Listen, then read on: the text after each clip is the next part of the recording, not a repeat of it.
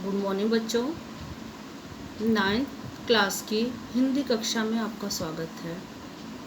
बच्चों, ninth class की क्षितिज की पहली कथा है दो बैलों की कथा, जिसके लेखक हैं मुंशी प्रेमचंद जी। ठीक है, तो पहले मैं आपको सरल भाषा में कहानी का सारांश सुना देती हूँ। उसके बाद मैं आपको इसका समीक्षात्मक वर्णन और प्रश्नों के उत्तर समझाऊंगी। ठीक है, तो चलिए शुरू करते हैं। कथा दो बैलों की कथा। झूरी नामक किसान के दो बैल थे। बैल बड़े हष्टपुष्ट और सुंदर थे, जिनका नाम हीरा और मोती था। झूरी अपने बैलों से बहुत प्रेम करता था। उन्हें समय पर चारा पानी देना, खिलाना आदि करता था, और बैल भी झूरी से बहुत प्रेम करते थे। दोनों बैल आपस में भी बड़ा प्रेम करते थे। उन बैलों में आपस में बहुत ही प्रेम था।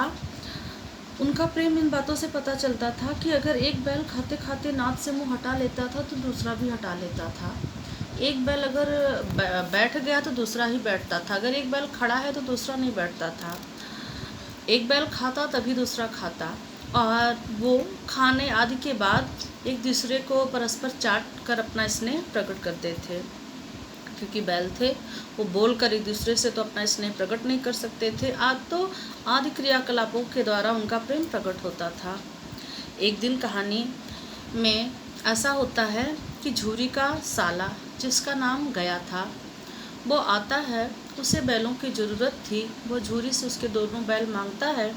अब वो ठहरा उसका रिश्तेदार, तो झूरी बैल देने से मना तो कर नहीं सकता था। झूरी ने अपने दोनों बैल गया को दे दिए। जब दोनों बैल गया के पास गए तो उन्हें बड़ा दुख हुआ। उन्हें लगा कि मेरे मालिक ने मुझे बेच दिया। लेकिन वे बैल वहाँ पे जाकर बहुत दुखी रहने लगे, और एक दिन बैलों ने संकेत में एक दूसरे से बात की और निर्णय किया कि यहाँ से वे भाग जाते हैं। और इस तरह से एक दिन रात में उन्होंने अपनी रस्सी तुड़ा ली और भाग गए। और भागते हुए फिर वे अपने घर अर्थात झूरी के घर चले आए। सुबह सुबह उठने के बाद नाद के पास दोनों बैलों को खड़ा देख करके झूरी को बहुत प्रसन्नता हुई। बहुत दौड़कर उसने उसके माथे को चूम लिया और उनका माथा सहलाने लगा। लेकिन झूरी की पत्नी जल भुन गई। उन्हें बहुत गुस्सा आया, क्योंकि वह गया, आखिर उनका भाई जो था, वो आई और उनको रूखा सूखा चारा उसके सामने डालकर, बैलों के सामने डालकर, और वो मुँह बनाती हुई चली गई। बैलों को इससे कोई फ़र्क नहीं पड़ा। वे अपने मालिक अर्थात झूरी के घर आकर फिर भी खुश थे। अगले दिन बैलों को ढूंढता हुआ गया फिर आया झूरी के घर, और उसने फिर बैलों को मांगा, तो झूरी ने फिर बैलों को गया को दे दिया। अब बैल झूरी के साथ चले गए। इस बार झूरी ज़्यादा चौकन्ना था। उसने उनके लिए बहुत मजबूत रस्सी का इंतज़ाम किया और खूब कसकर बांधा। वे कहीं रस्सी खुला ना सके, इसका वो पूरा ध्यान रखता था। और वो उनसे कसकर काम लेता था, उनसे खूब मेहनत कराता था, खेतों में खूब जोतता था उन्हें, और काम ख़त्म हो जाने के बाद उनके सामने रूखा सूखा चारा डाल देता था। कभी काम में ढिलाई करने पर, रुक जाने पर, आलस्य करने पर खूब पीटता भी था। गया की पत्नी भी बैलों से स्नेह नहीं करती थी। वो भी उन्हें मारती पीटती थी। पर उसी घर में एक छोटी बच्ची थी जिसकी माँ नहीं थी। वो बच्ची गया के भाई भैरव की थी, और उस बच्ची की सौतेली माँ उस पर बड़ा अत्याचार करती थी। उस बच्ची को बैलों पर बड़ा तरस आता था, और दया के कारण वो जब रात में घर के सभी लोग सो जाते तो बच्ची उठती और 2 रोटी छुपा करके बैलों को खिला देती। 2 रोटी से बैलों का पेट भला क्या भरता, लेकिन बच्ची के स्नेह के आगे वह तृप्त हो जाते थे। उस 2 रोटी से भी उनका पेट भर जाता था।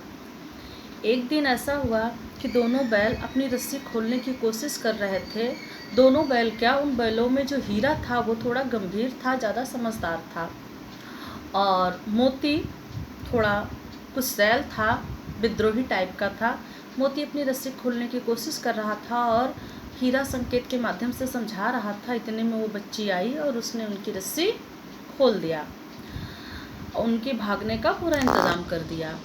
बैलों ने संकेत भाषा में एक दूसरे से बात की कि अगर हमारे भागने के बाद ये भेद खुल जाएगा कि रस्सी किसने खोली तो बच्ची के ऊपर बड़ा अत्याचार होगा, जो उन्हें सहन नहीं था। इसलिए संकेत की भाषा में दोनों बैलों ने आपस में बात करी और वहीं पर खड़े रहे। बच्ची ने उन्हें बहुत उकसाया, लेकिन फिर भी दोनों बैल नहीं भागे। अंत में बच्ची थोड़े दूर जाकर बच्ची ने उन्हें ललकारा और चिल्लाने लगी कि फूफा वाले बैल भागे जा रहे हैं, फूफा वाले बैल भागे जा रहे हैं। इतना सुनते ही गया निकला, घर से बाहर निकला और बैलों के पीछे दौड़ा। अब बैलों के पास भागने के अलावा कोई चारा नहीं था। बैलों ने आव न देखा ताव और भागने लगे। भागते भागते वे गांव के सीमा के बाहर आ गए तो उन्होंने एक मटर का खेत देखा। भूख लगाई थी उन्हें। हरे मटर के खेत को देखकर उनकी भूख और लालच दोनों बढ़ गए। वे मटर के खेत में जाकर मटर खाने लगे। अभी वे मटर खाकर बाहर निकले ही थे कि उन्हें एक सांड मिल गया। सांड ने बैलों पर हमला कर दिया। उसने हीरा के ऊपर अपने सींगों से प्रहार किया तो मोती ने उसके ऊपर प्रहार किया। इस तरह अगर एक बैल होता तो वो सांड उस पर भारी पड़ता और मार देता, लेकिन यहाँ तो दो थे, अतः वो सांड भाग खड़ा हुआ। कुछ दूर तक मोती ने उसका पीछा किया, लेकिन हीरा ने समझाया। मोती वापस लौट आया। आगे बढ़ने के बाद उन्हें फिर मटर का खेत दिखाई दिया और फिर वे मटर के खेत में चले गए। अभी वे पूरी तरह से खा भी नहीं पाए थे कि खेत का जो वास्तविक मालिक था वो आ गया और उसने शोर मचाया। तो काफ़ी लोग वहाँ इकट्ठा हो गए और उन्होंने बैलों को पकड़ लिया और काजी हाउस में डाल दिया। काजी हाउस वो जगह थी जहाँ पे पशुओं को वध के लिए रखा जाता था। वहाँ पर पहुंचकर हीरा मोती ने देखा कि वहाँ पे अन्य बहुत सारे जानवर थे। हीरा और मोती वहाँ से निकल भागने का जुगाड़ करने लगे, क्योंकि काजी हाउस में पशुओं को ऐसे रख दिया जाता था और उन्हें ढंग से खाना पानी नहीं दिया जाता था। फिर क्या था, रात में मोती ने उसकी काजी हाउस की दीवार तोड़ने की कोशिश की और थोड़े से 2-4 के वारों में ही थोड़ी सी दीवार टूट गई। एक रास्ता सा बन गया। दीवार टूटने के बाद सबसे पहले घोड़ियाँ भागी, फिर बकरियाँ भागी, फिर भैंसें भागी और वहाँ पर जो खच्चर और गधे थे उनको भी हीरा और मोती ने सींग मार कर भगा दिया। चूँकि मोती अपनी रस्सी नहीं तुड़ा पाया, हीरा अपनी रस्सी नहीं तुड़ा पाया, इसलिए मोती भी नहीं भागा। वे दोनों बैल वहीं पर रह गए। फिर भी वे संतुष्ट थे कि चलो हम लोग नहीं भाग पाए, लेकिन इस तरह से हमने कितनों की जानें बचा ली। अगले दिन काजी हाउस के मालिक ने उन्हें एक कसाई के हाथों बेच दिया।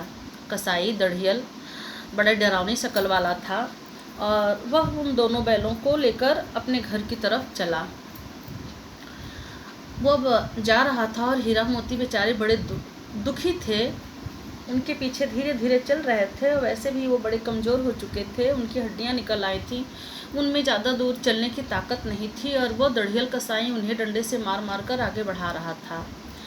रास्ते में एक जगह एक कुआं आया और कसाई पानी पीने के लिए रुका और वो कुआं उसके बाद का कुछ जगह उन्हें जानी पहचानी लगी।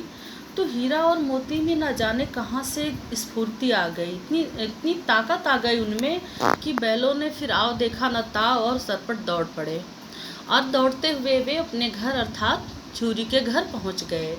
उनको अपने घर पर देखकर झूरी बड़ा खुश हुआ और दौड़कर उसने उन्हें गले लगा लिया और उनके माथे कुछ सहलाने लगा। इस तरह से पूरे गांव के सब बच्चे और गांव वाले भी इकट्ठा हो गए, बैलों और झूरी का प्रेम देखने लगे। और फिर थोड़ी देर में वहाँ पर कसाई भी उनके पीछे पीछे पहुँच गया। उसने कहा बैल मेरे हैं। झूरी ने कहा बैल मेरे हैं, इसीलिए तो मेरी नाद पर खड़े हैं। उसने कहा मैंने इन्हें पैसे देकर खरीदे हैं। तो जब झूरी और कसाई में झगड़ा होने लगा तो मोती ने सींग मार कर कसाई को वहाँ से भगा दिया। इसके बाद झूरी की पत्नी आई और उसने बैलों को अच्छा सा खाना दिया और बैलों के माथे चूम लिए, क्योंकि इस घटना के बाद वो भी बहुत प्रसन्न हुई थी। तो यहाँ पर कहानी ख़त्म हो जाती है। अगले वीडियो में मैं इसमें क्या क्या तत्व हैं, कहानी की कसौटी पर ये कहानी कहाँ खरी उतरती है और इसके प्रश्न उत्तर क्या हैं, ये सारी बातें मैं बताऊंगी। धन्यवाद।